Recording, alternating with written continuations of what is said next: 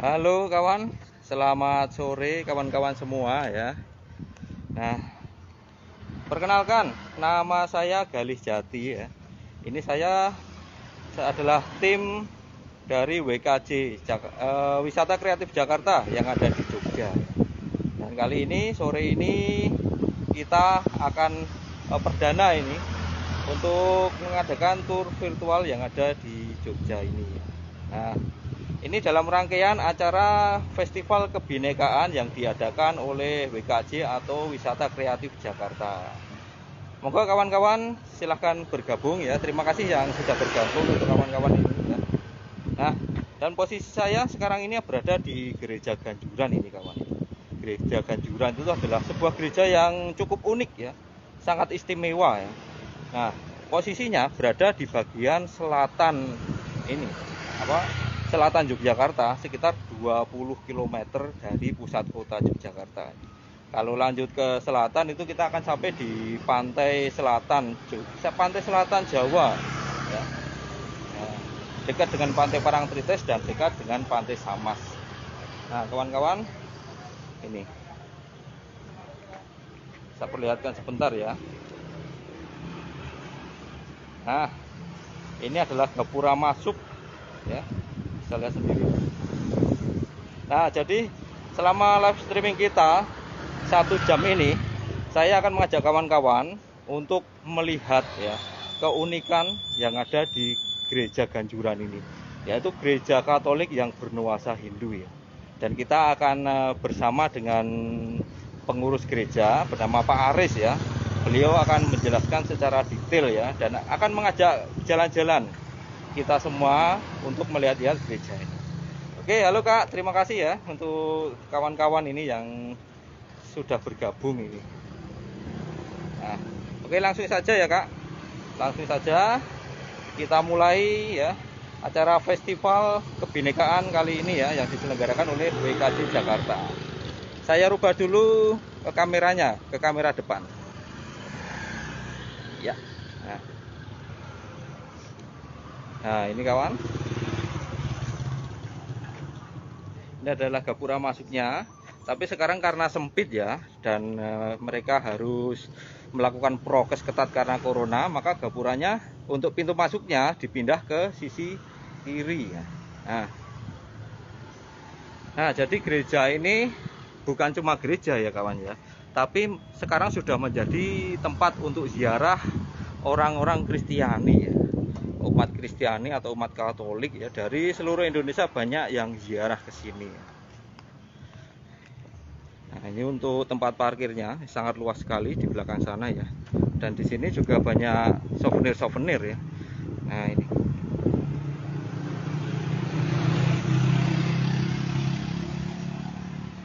Nah, kita masuk ke gereja ya, harus prokes dulu, kita cek suhu. Ya, karena angka corona yang meningkat ini ya, makanya sangat ketat sekali. Ini untuk cek suhu. Dan untuk cuci tangan di sana kawan. Normal temperature. Ya. Normal temperature. Nah, 36,6 ya, jadi kita bisa masuk. Oke, kita ke sekretariat dulu ya. Kita akan bertemu dengan Pak Aris.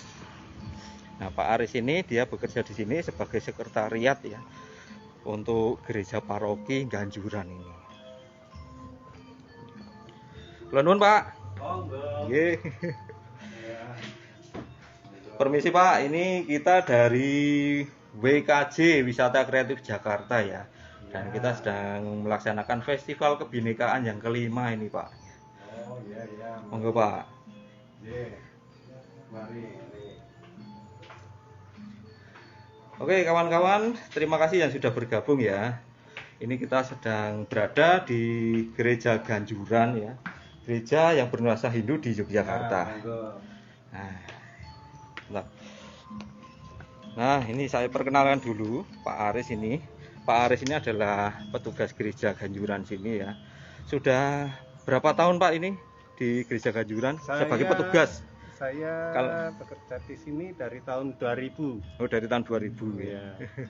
Sebelumnya bekerja di lain tempat atau bagaimana, Pak? Ya, pernah di lain tempat. Nah, saya begitu lulus SMA kebetulan langsung dapat kerja dan berpindah-pindah, dan terakhir tahun 2000 itu setelah masa moneter itu. Oh, masa moneter. Terus pindah ke sini yang dekat rumah. Dekat rumah dan dekat Tuhan juga ya, Pak? Ya.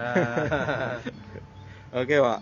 Jadi kita sore ini ya kita akan jalan-jalan ya sekitar 1 jam ya nanti ya, Pak ya. Oh, 1 iya. jam kita akan melihat-lihat keunikan yang ada di Gereja Ganjuran ini.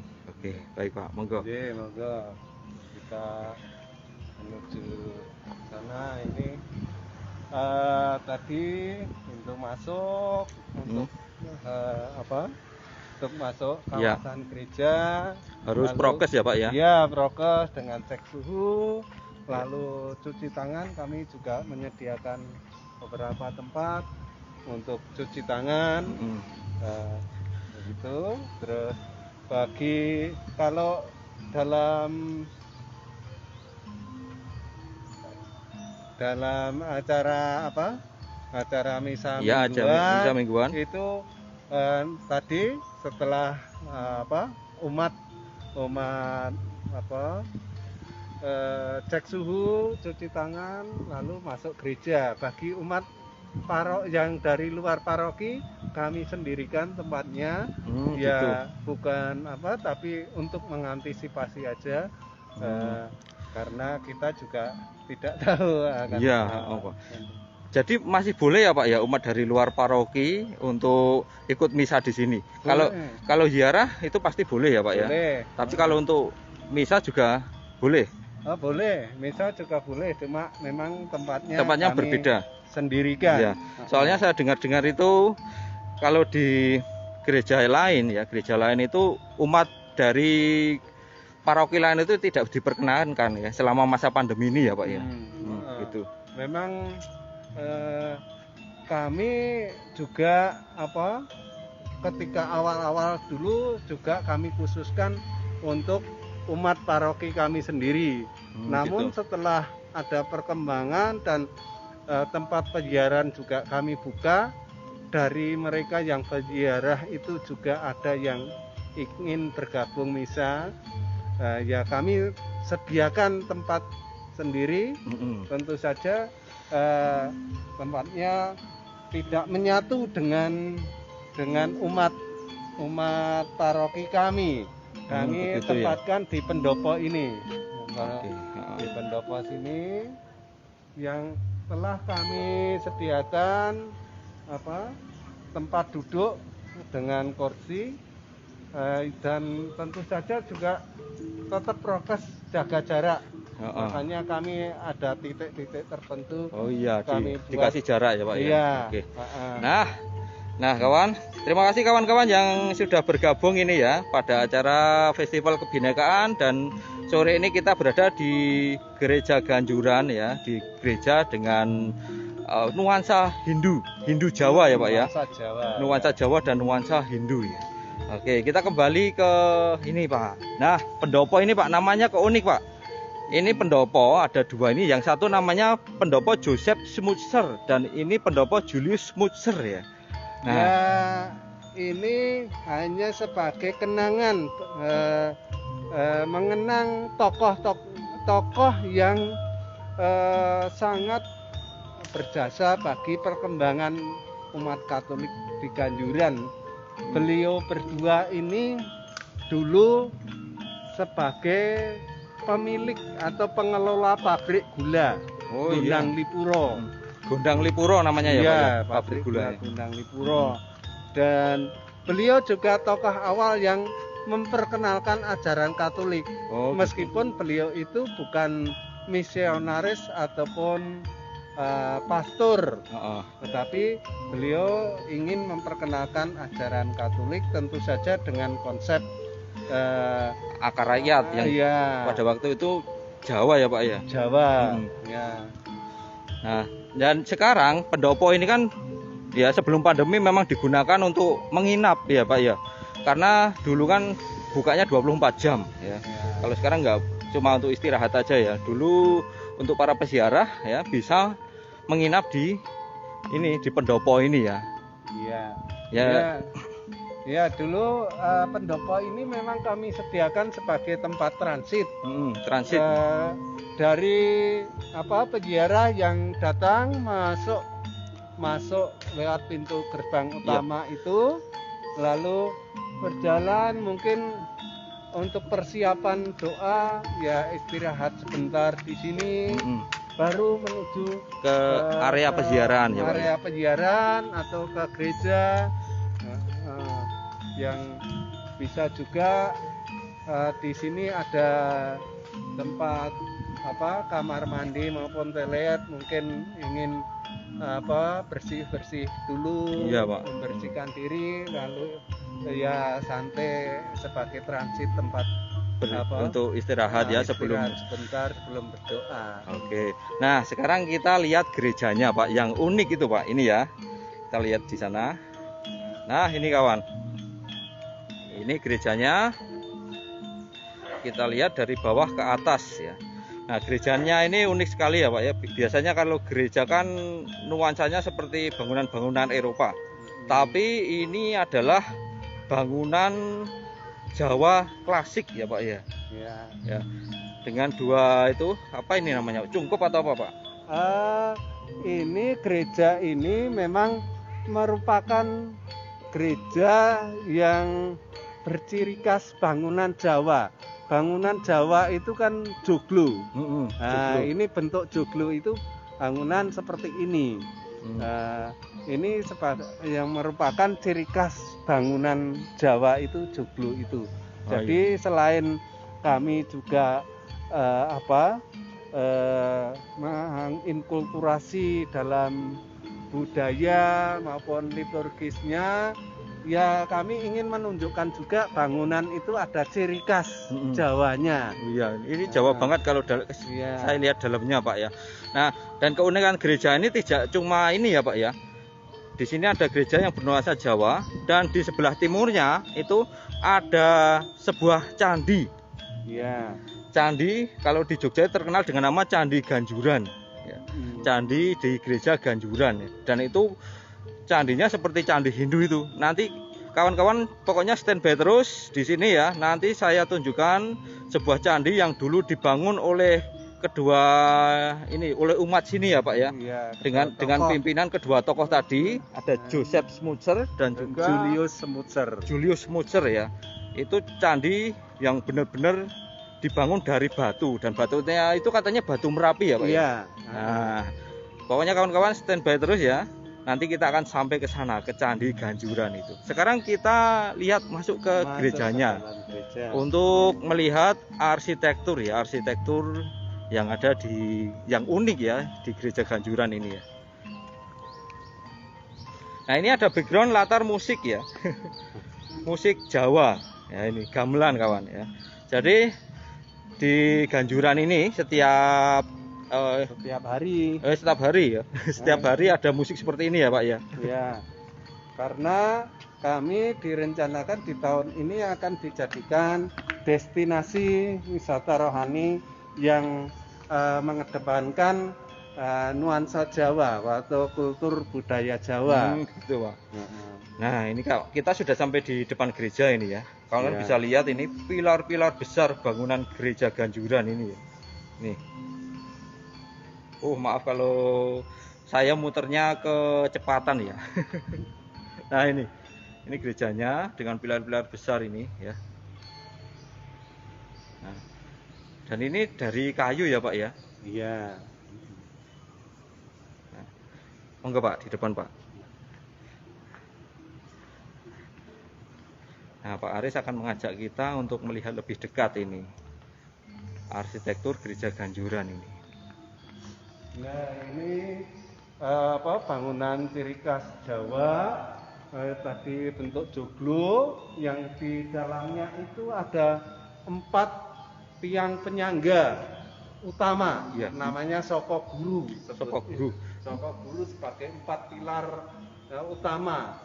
Kalau di secara liturgis pun sebagai 4 pengarang Injil itu juga sebagai ini menyimbolkan nama atau menyimbolkan 4 pengarang Injil ya. Kalau digabungkan dengan arti dalam liturgis sebagai kekuatan iman kita. Kalau secara Jawa ada Soko Guru yang menyangga. Soko Guru yang menjaga 4 pilar ya. 4 pilar. Pilar bangunan. Demikian juga secara liturgis tadi. Ya, bagi umat Katolik ya ada 4 penulis Injil ya. Jadi Yohanes, Markus, Matius, Lukas, Yohanes. Matius, Markus, Lukas, Yohanes. Nah, terus di atas ini ya ornamen ukir Jawa, ini namanya tumpang sari. Wah, ini istimewa sekali ini, Pak. Besar sekali ya. Ya, tumpang sari itu bisa juga diartikan ini kan ada berundak. Berundak yang semakin ke atas itu semakin kecil. Oh, iya. Ya, kalau dari segi seni memang lebih terlihat seni kalau ada berundak-berundak, lain halnya kalau lurus ke atas. Iya. Tapi bisa juga diartikan bahwa di atas itu kan paling kecil, di bawah paling besar. Ya, dari kehidupan kita dalam kita hidup bermasyarakat, antara kecil dan meskipun yang besar itu harus saling bekerja sama, sehingga saling mengisi, menimbulkan kekuatan, menimbulkan kekuatan dan keindahan, seperti halnya tumpang sari ini, undak-undakan mengerucut. Ya, kalau semua itu bersatu mau saling menyangga akan menimbulkan keindahan, dan di puncak, menuju ke puncak tentu saja menuju kepada Tuhan. Di atas ada salib, kepada Tuhan. Iya begitu Pak. Jadi tumpang sari ini filosofinya dalam banget ya Pak ya. Jadi saling tumpang menumpang, saling support, saling membantu ya untuk menuju kepada Tuhan tadi ya. Nah, ini sangat unik sekali ini Pak. Dan ada satu yang orang itu terkagum ini dengan patung Yesus dan patung Bunda Marianya Pak. Nah, coba ya. Patung Yesus sebelah sini, patung Yesus sebelah sini. Ini yang banyak ditanyakan oleh kawan-kawan peziarah juga. Ingin melihat patung hati kudus Tuhan Yesus. Iya. Nah, ini. Ya. Patung Yesus ini memang diinkulturasikan dalam nuansa Jawa, dan Yesus didudukan sebagai Raja Jawa dengan pakaian kebesaran Jawa. Ini tentu saja ketika mau membuat melalui proses yang panjang.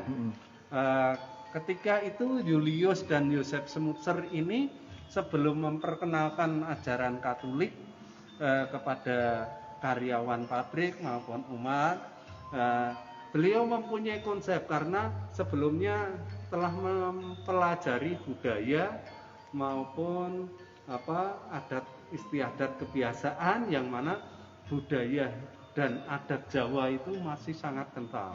Terlebih di Jogja ini masih di bawah pemerintahan Kerajaan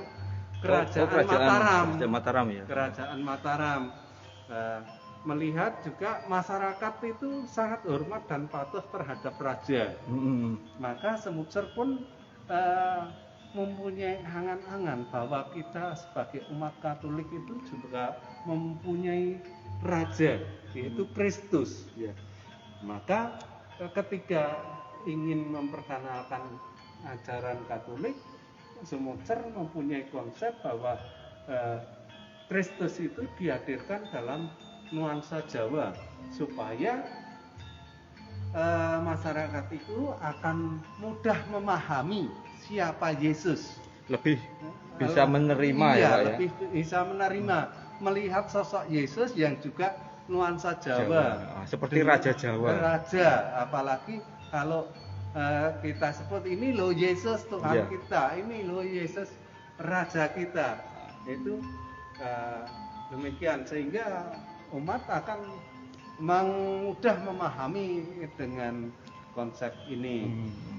Terlebih di sini menggambarkan Yesus juga sebagai sosok yang arif, dalam arti ini meskipun duduk sebagai raja di atas singgasana, beliau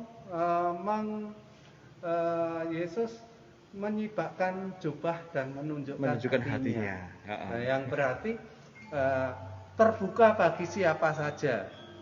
Seperti tersirat juga dalam Injil Matius bab 11 ayat 28 itu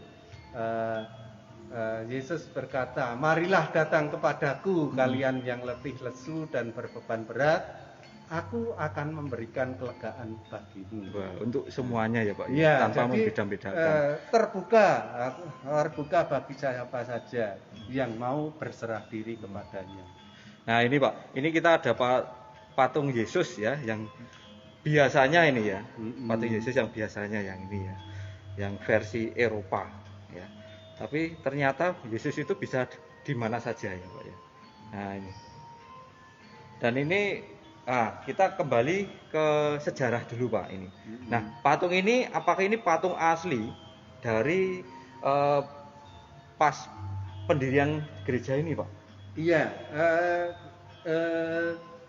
yang gereja ini memang pernah mengalami gempa pada tahun 2006 kemarin. Gedung gereja roboh atau bisa dikatakan hancur.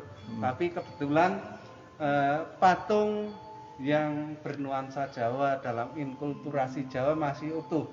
Di antaranya ya patung Bunda Maria, tabernakel, patung dua malaikat itu. Iya, ini semua masih utuh ya Pak ya. Kemudian patung Bunda Maria yang di sebelah sana.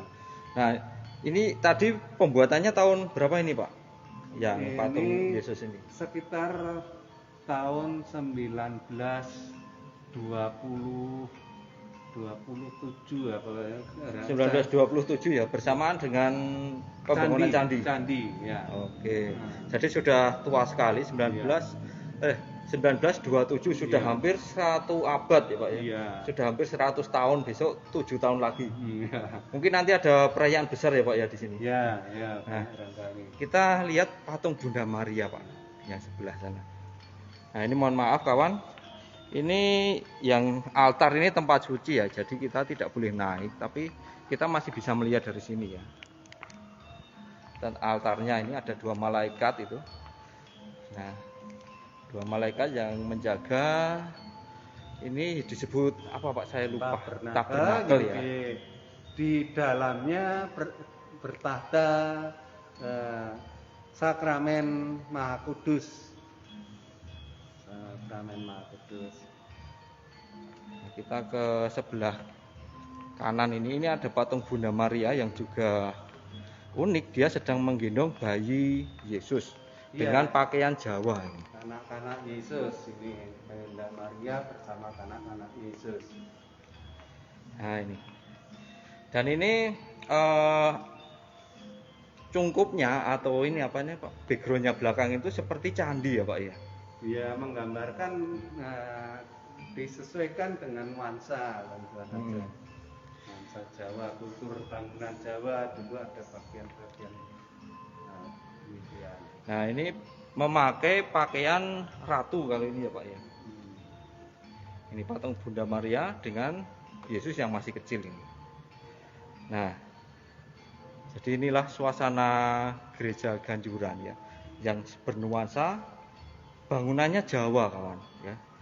Tapi patungnya ini bernuansa seperti ya patung-patung ya ada di candi Hindu juga. Itu juga bernuansa seperti raja-raja yang ada di Jawa karena memakai mahkota dengan memakai baju seperti raja Jawa ya. Oke Pak, kita menuju ke samping kiri. Prasasti yang pertama pembuatan gereja. Oh iya ini Yang ini pembuatan gereja tahun 1924. Mm-mm. 1924 itu tulisannya apa ini Pak? Dalam bahasa Latin dan Bahasa Latin ya. Nah, terus ini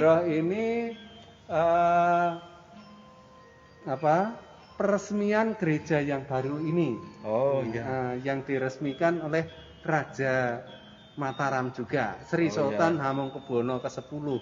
Oh iya, ini sama bersama Monsinyur Ignatius Suharyo waktu itu Uskup Agung Semarang. Semarang. Nah, ini kan. Jadi dulu kena gempa ya, gerejanya kena gempa ya, beberapa bangunan rusak ya, dan sudah dibangun, dipugar, ini selesai 23 Agustus 2009. Ya. Nah, mari kita ke sayap kiri Pak. Nah ini Pak ada menara dengan model Eropa ini. Ya saya tunjukkan ke Pak. Ini menara gereja dan di atas sana ada loncengnya. Nah Ini bentuk bangunan asli peninggalan Semutser ya, ini yang asli seperti ini. Menara lonceng dulu meskipun letaknya tidak di sini tapi bentuknya sama. Sama seperti ini ya yang dulu ya. Dan itu loncengnya masih Pak di atas. Loncengnya masih asli peninggalan yang lama. Oh, berarti dari tahun 1920-an itu ya. Iya. Oke. Oke Pak, kita menuju ke tempat devosi Dewi Maria.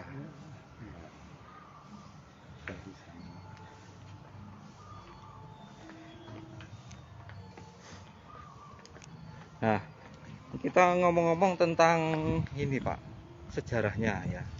Dulu itu berarti Joseph Schmuzer ya dan Julius Schmuzer, mereka bukan pastor ya Pak ya? Bukan pastor, tapi mereka itu pengusaha. Iya. Ya, pengusaha. Mereka mendirikan pabrik gula ya di daerah sini namanya Gondang Lipuro. Sekarang pabrik gulanya masih nggak ada ya? Sudah nggak ada ya. Jadi Julius dan Joseph Schmuzer ini generasi kedua penerus, karena yang pendahulunya, orang tuanya namanya Gottfried Schmuzer itu sebagai pendiri pabrik sendiri didirikan sekitar tahun 1860-an. 1860-an, berarti Ya. udah lama sekali. Ya, kemudian ketika Gottfried Schmuzer di sini anaknya sudah besar, pada tahun 1912 diserai pengelolaan pabrik itu diserahkan kepada kedua anaknya ini, dan oleh kedua anaknya ini pabrik dikelola dengan sangat bijaksana, menerapkan ajaran sosial gereja Rerum Novarum, yang mana memperhatikan kaum buruh. Memperhatikan buruh dalam arti pekerja-pekerjanya itu ya. Karena Schmuzer juga menyadari bahwa tanpa mereka pabrik juga tidak akan jalan. Nah, seperti itu kawan. Itu sedikit sejarah ya tentang pendiri gereja ini yang dulunya merupakan pengusaha, mempunyai pabrik gula di sini. Dan mereka itu jiwanya itu ini ya Pak ya, penderma ya. Iya. Saya dengar juga membuat sekolah, juga membuat rumah sakit juga ya. Iya. Nah, ini kita sampai di tempat devosi Dewi Maria. Nah, devosi Bunda Maria, dan kita lihat ini ada dupa ya. Jadi pakai dupa di sini. Ada dupa. Ya. Terus ini Bunda Maria patungnya seperti yang ada di dalam gereja tadi ya. Jadi Bunda Maria dengan pakaian Jawa seperti Ratu Jawa ya. Ini seperti Roro Jonggrang kalau di Candi Prambanan, Pak. Bisa jadi. Ya, seperti Roro Jonggrang kalau di Candi Prambanan itu ya. Dan di sini beliau Bunda Maria menggendong Yesus yang masih kecil ini. Nah, disinilah biasanya ya untuk devosi kepada Bunda Maria, duduk di sini dan melakukan rosario. Nah, kita menuju ke ini Pak, yang unik juga ini. Jadi ukiran-ukiran yang ada di sini itu nuansanya seperti yang di candi-candi itu Pak. ya, seperti relief candi. Iya, ini menggambarkan kisah sengsara Yesus. Nah, ini. Kisah sengsara Yesus ketika ditangkap dan mau disalib atau dihukum mati. Ini ada kalau di dalam doa kami kita itu ada 14 pemberhentian. 14 pemberhentian. Tapi di sini ada 15 sampai di pemberhentian terakhir itu Yesus bangkit. Yesus bangkit. Nah, ini pemberhentian pertama ketika ya. Yesus ditangkap, diadili dan dijatuhi hukuman mati. Nah, ini Yesus yang berdiri ini ya, Pak ya? Iya. Ini.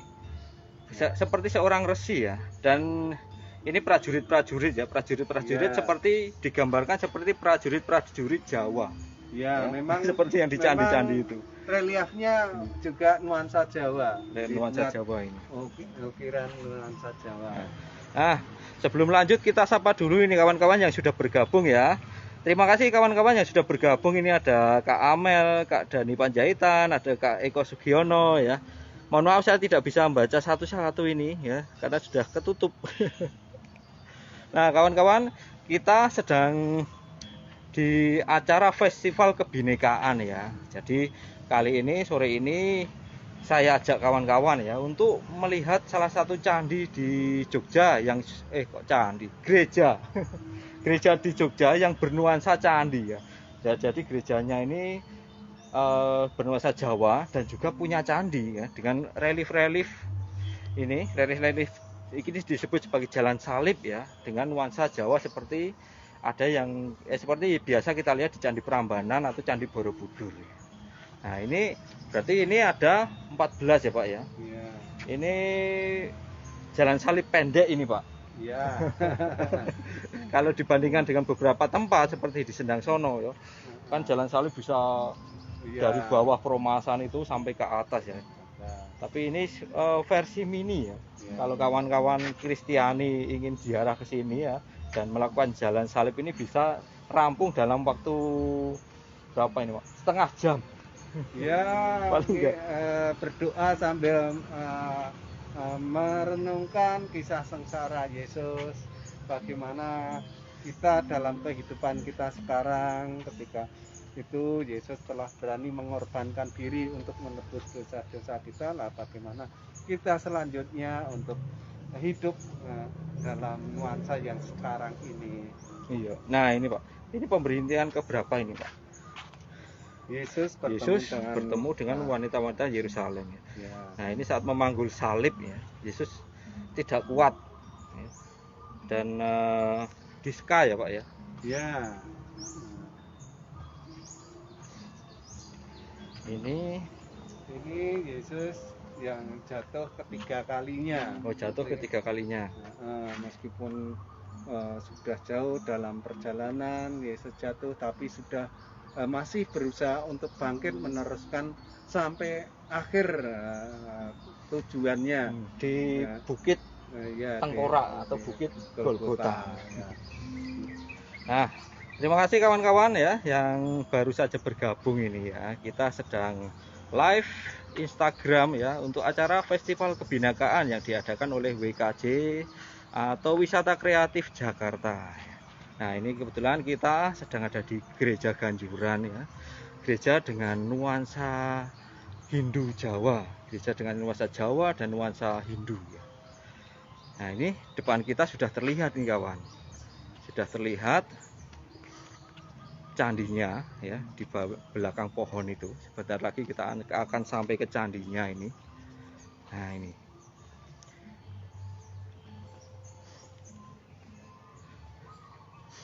Nah, untuk misa di sini tuh ada misa spesial setiap bulan itu ya Pak ya. Satu ya. Jumat pertama. Setiap malam Jumat pertama. Nah, setiap malam Jumat pertama di sini ada misa. Dan misa itu dilakukan dengan bahasa Jawa. Iya, dengan secara tradisi Jawa, dengan iringan musik Jawa yaitu gamelan. Ini gamelan. Ini gamelan yang dipakai ya di sebelah kanan kita ini. Saya tunjukkan kawan. Nah, maaf. Nah, ini gamelan yang digunakan untuk mengiringi perayaan Ekaristi atau perayaan misa setiap bulannya, setiap Jumat pertama setiap bulannya ya. Jadi Kamis malam. Pukul berapa, Pak? Pukul 19. Pukul 7 malam ya, Ya. pukul 19 7 malam ini. Dan untuk perayaan besarnya, Pak? Perayaan Oh, besarnya. yang seperti grebek itu, Pak. Oh, itu menjadi puncak syukur itu di bulan Juni, yaitu prosesi agung Sakramen Maha Kudus. Itu sebetulnya untuk memperingati atau bisa dikatakan pesta nama. Pesta nama. Nah, karena di bulan Juni itu merupakan bulan penghormatan kepada hati kudus Tuhan Yesus. Dan kebetulan candi dan gereja kami bernaung di bawah naungan nama hati kudus Tuhan Yesus. Maka hal itu perayaan itu bisa dikatakan pesta nama, yaitu kami laksanakan pada bulan Juni. Biasanya kami rayakan di hari Minggu yang terakhir. Hari Minggu terakhir bulan Juni ya. Ya, itu kami pilih hari Minggu terakhir karena ya secara kalender pendidikan itu masih dalam masa liburan. Begitu. Biar banyak yang bisa hadir dalam perayaan tersebut. Dan istimewa ya, Pak ya. Itu memakai gunungan juga ya, sebagai itu, hasil bumi. Itu merupakan ungkapan syukur atas berkat hati kudus Tuhan Yesus kepada kami umat di Ganjuran ini khususnya. Maka bentuk persembahan kami adalah merupakan hasil bumi atau hasil karya manusia, bukan hasil pabrik yang kami persembahkan, hasil yang kami kemas dari dalam umat ya, Pak ya, dalam bentuk gunungan. Nah, seperti yang ada di keraton itu. Nah, kita lihat candinya ini, Pak. Nah, ini candinya. Terus kawan-kawan, biasanya yang banyak yang devosi di sini ya, di depan sini, di pelataran candi ini. Nah, sekarang pun ada beberapa kawan-kawan umat Kristiani itu yang sedang berdoa dan berdevosi di sini ya. Jadi untuk gerejanya itu yang di sana tadi ya kita udah masuk ya, dan tempat ini menjadi tempat ziarah di depan candinya ini ya, Pak ya. Iya. Candinya ini yang menjadi tempat ziarah ya. Nah, ini bisa ceritakan, Pak, ini candinya ini asal usulnya seperti apa, Pak? Dulu kenapa harus candi, Pak? Ya, itu sama yang membangun sama yaitu Julius dan Yosef Smutser ini. Memang candi ini dibangun dengan tujuan awalnya adalah sebagai ungkapan syukur dari keluarga Smutser atas berkat yang diterima melalui hati kudus Tuhan Yesus. Biasanya orang Eropa kalau mengucap syukur atau atau ada keberhasilan itu mendirikan sebuah prasasti. Maka beliau juga ingin mendirikan sebuah prasasti. Namun harapannya prasasti ini jangan hanya sebagai kenangan pribadi atau keluarga saja, bisa bermanfaat untuk warga sekitar ya. Setelah sepeninggal mereka. Gitu. Dan Smutser juga ketika itu melihat atau mempelajari budaya sini yang tadi saya katakan memang kental dengan budaya nuansa Jawa dan masih ada pengaruh Hindu, maka Smutser membuat tempat prasasti itu sebagai tempat berdoa, berdevosi. Itu lebih dalam, lebih mengena ya, Pak ya, untuk umat sini ya.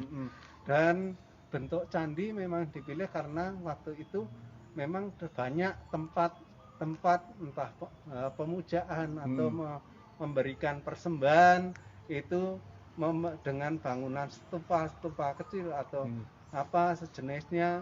Namun Smutser bukan berarti ingin membangun candi itu untuk persembahan atau pemujaan, tapi untuk berdoa, berdevosi.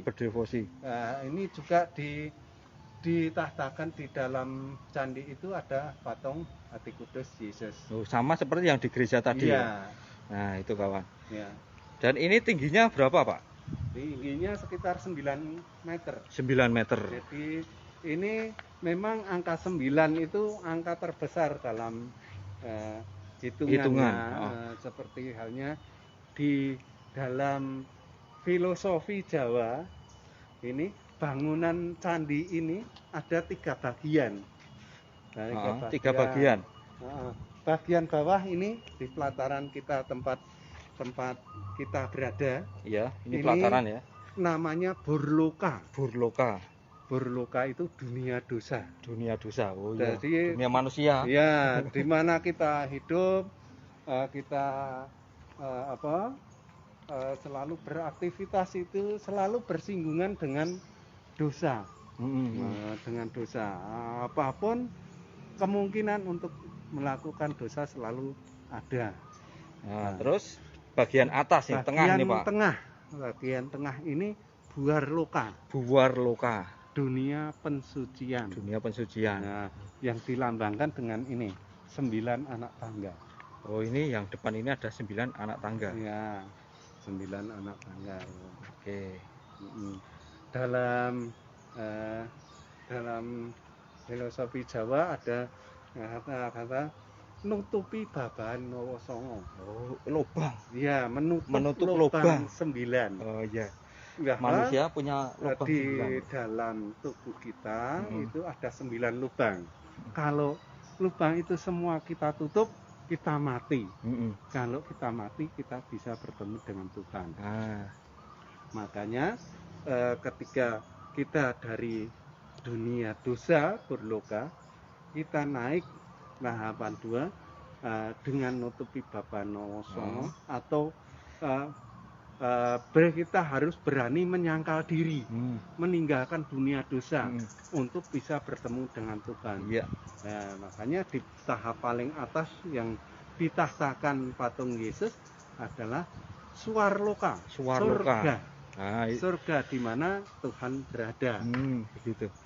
Jadi tadi ya Pak ya, kita harus mampu menutup ya. Karena ya secara mudahnya kalau kita masih bisa melihat, kita masih bisa melihat yang aneh-aneh, dan sebagai manusia kita pasti tertarik akan sesuatu yang mungkin ya aneh-aneh itu ya Pak ya. Jadi kita harus bisa menutup 9 lubang untuk bisa mencapai kepada surga ya. Nah, terus bagian kemuncak ini Pak, ini unik sekali ini seperti yang ada di candi-candi Hindu ya Pak ya. Kemuncaknya ini ya. Tapi yang bagian atas itu salib. Nah kan kita ketika Yesus disalib juga kita bergantung pada salib. Yesus selalu ingat pada salib bahwa Tuhan ada, Tuhan bangkit dan hidup kembali untuk kita. Jadi Yesus memanggul salib untuk menebus dosa umat manusia ya Pak ya. Nah ini konon juga Pak. Oh enggak konon ya, bener ya ini ya. Dulu di bawah sini ada mata air ya Pak ya. Mata air memang ditemukan belum lama. Bisa dikatakan belum lama karena baru sekitar tahun 96 atau 97, awal 97. Itu awalnya oleh seorang pendoa namanya Pak Parto. Beliau adalah guru SMA di Brito, Yogyakarta. Ya, dalam kontemplasi doa atau meditasinya, beliau mendapat bisikan bahwa di bawah candi ini ada sumber mata air yang berlimpah, bisa untuk menolong sesama. Dan ternyata memang ketika ada. Itu dikonsultasikan dengan pastor yang di sini yaitu Pastor Gregorius Sutomo, dan setelah dicek diteliti memang benar ada sumber mata air. Itu bukan berarti di bawah candi ada sendangnya atau kolam atau apa, enggak, tapi debit air yang keluar dari bawah candi, yang titiknya di bawah candi itu debit airnya sangat besar gitu. Nah, terus ini Pak, banyak cerita juga bahwa air itu berkhasiat ya Pak. Banyak yang bersaksi bahwa setelah meminum air dari Candi Ganjuran ini mereka lebih sehat, ada yang juga sakit terus sembuh itu. Itu seperti apa, Pak? Benar nggak itu, Pak?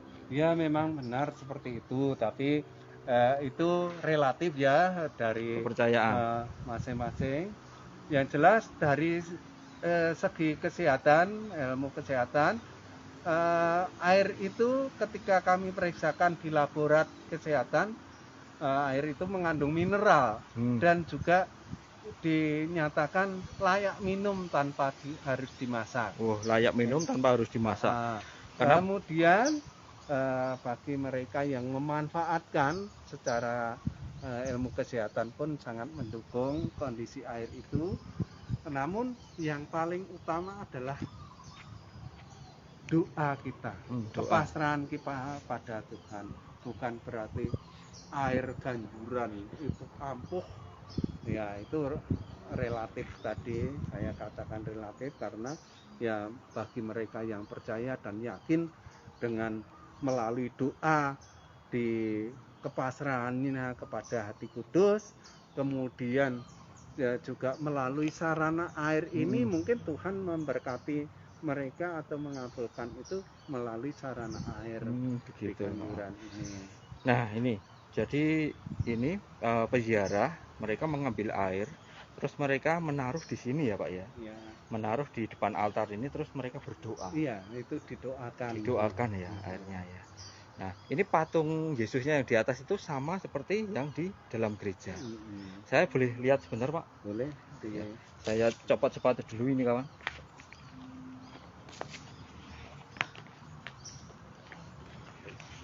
Nah ini kita naik dengan lepas alas kaki ya. Itu juga menyimpulkan bahwa kita harus bersih. Ya. Bersih dan sopan Pak ya. Nah ini yang tadi tangganya ada 9 ya Pak ya. Ini ada 9 tangga yang menyimbolkan ke 9 lubang yang dimiliki manusia ya. Kita harus bisa menutup semua lubang itu untuk mencapai ke sana, ke surga. Nah itu patung Hati Kudus Tuhan Yesus ya, di atasnya itu ada tulisan dalam huruf Jawa kuno. Bacanya apa Pak? Itu dibacanya Sampean Dalem Sang Maha Prabu Yesus Kristus Pangeraning para bangsa. Pangeraning para bangsa. Jadi artinya bahwa Yesus itu adalah raja bagi seluruh umat di dunia. Seluruh umat ciptaan Tuhan, bukan hanya milik orang Ganjuran, bukan hanya milik orang Jogja atau orang Jawa, tapi seluruh umat ciptaan. Bahkan bukan hanya milik orang Kristen atau Katolik, ya kembali lagi milik semua umat ciptaan Tuhan. Jadi berkah untuk semua ya. Ya. Dan ini juga itu tulisan itu menjadi filosofi bahwa Tuhan Yesus itu bukan milik orang Eropa juga. Ya. Ternyata bisa menjelma menjadi seperti Raja Jawa. Dan itu juga mungkin bisa kami rasakan saat ini, yang datang ke sini juga bukan hanya umat Ganjuran, umat Jogja, tapi seluruh Nusantara, bahkan bisa dikatakan seluruh dunia, karena dari mancanegara juga banyak yang datang. Banyak yang rawuh ke sini ya untuk ziarah ya.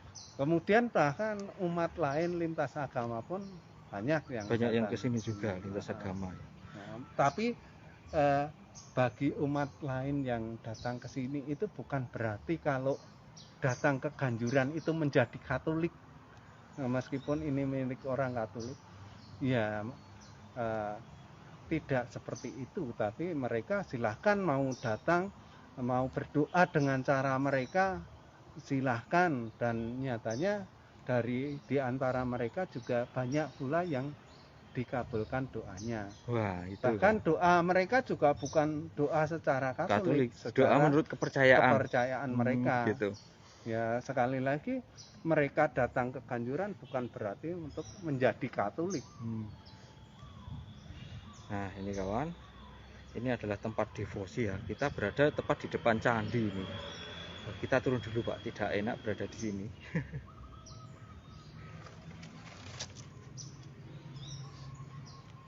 Nah Terima kasih kawan-kawan yang sudah bergabung ya. Ini kita sedang live acara festival kebinekaan yang diselenggarakan oleh WKJ Wisata Kreatif Jakarta ya.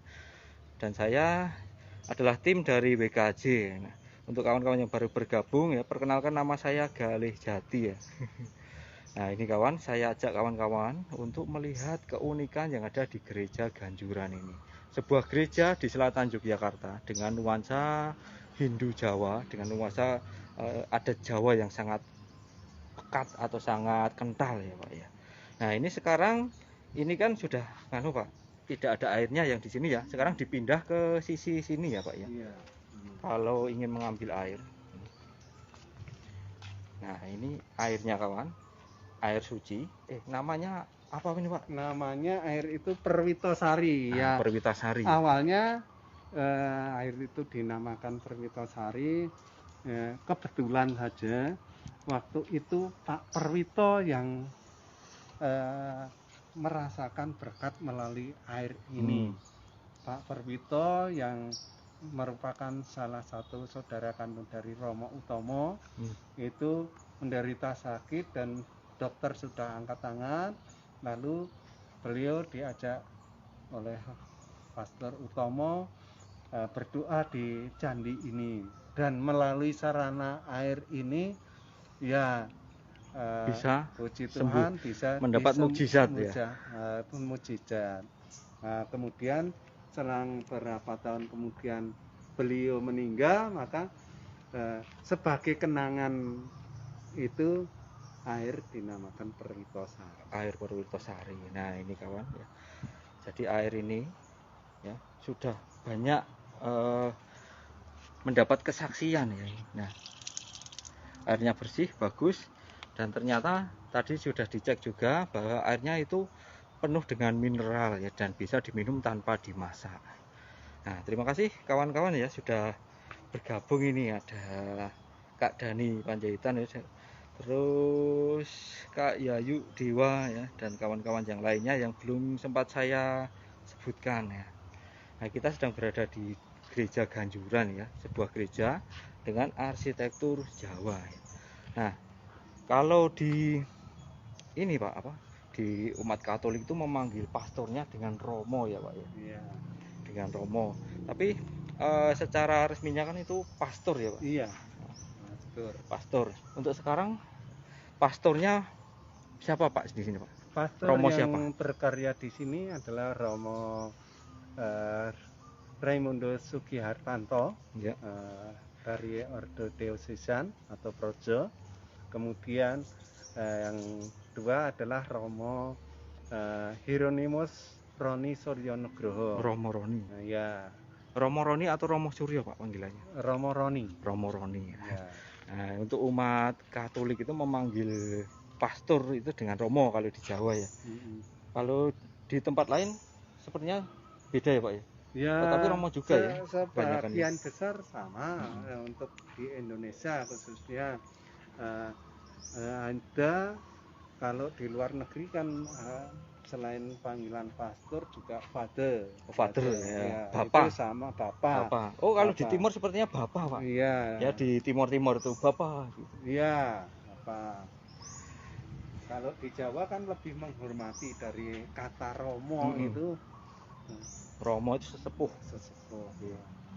Nah inilah suasana ya kawan, suasana di tempat peziaran Ganjuran ini ya, yang dulunya sebuah gereja ya, yang didirikan oleh Semutser itu saudara orang Belanda ya Pak ya, orang Belanda sekitaran tahun 1924. Dan sekarang gereja ini berkembang dengan umat ya, sini umatnya saya baca-baca itu sekitaran 10.000. Ya, kalau umat Katolik Paroki Ganjuran sekitar 6.400 sekian. 6.400. Ya.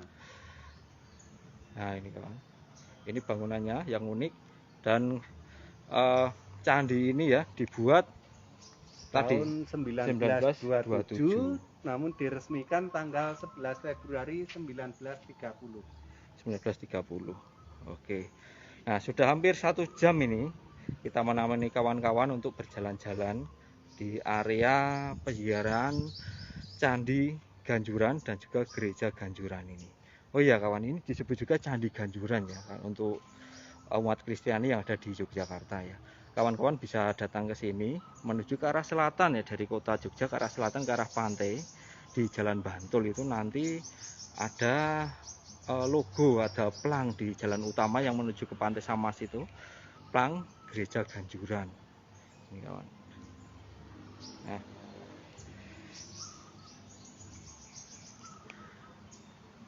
dan keunikan lain di bawah candi ini ditemukan air yang dipercaya air itu berkhasiat ya, air suci ya, dan memang sudah menjadi ini apa, sudah banyak kesaksian dari beberapa orang yang sembuh dan merasa baik dengan air itu. Ini. Dan untuk acara-acara penting di candi ini, di depan candi ini yang dilaksanakan tepat di depan candi ini di altar ya, dan sampai ke selatan sana itu nanti ada setiap minggu pertama setiap bulannya ya, malam Kamis malam ya, malam Jumat. Nah,